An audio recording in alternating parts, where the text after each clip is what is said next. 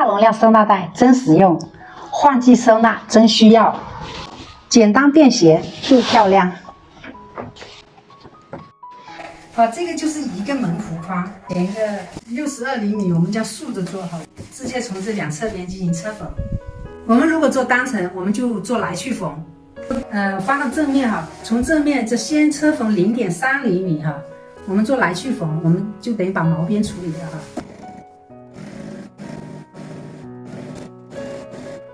正面缝好，我们翻到反面，把这个里头刚刚车缝的这个哈，免至边缘，就我们这样在压缝一条线的时候，就要压缝超过刚刚我们手可以触摸得到哈，摸到就把原来的那条线要包进去，就没毛边，就等于我们刚刚缝0.3，现在缝0.5，一定是包掉的。好，我们两条线都车缝好，我们现在翻过来给你看，是不是没有毛边啊？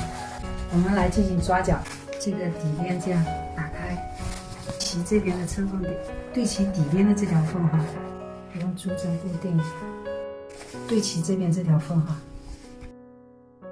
抓角22厘米，22厘米就这边11，这边11。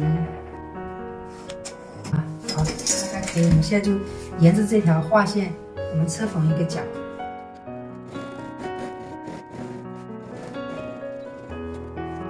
另一边相同。我们现在翻到这个正面来看，现在这个底是做到长是37，宽是22，这个高度很高。帮你穿被子我没问题。在开口端哈，我们留上10厘米，这边打个剪口，这样折边车缝，没有毛边。好，这个口车缝好，我们这样折边，做个穿手通道，沿着这个边车缝。车缝好这边，再车缝这边，两边折的边要一样多哈，折的一样。先头剪掉。你的穿绳了，左边进左边出，等于右边进右边出哈。从这个口进，好，从这里再穿进来，打个绳结。好，我们再从右边再穿入另一根绳啊，我们要穿2根绳。好，右边进右边出，打个绳结。好，我们这个大容量的束口收纳袋制作完成了。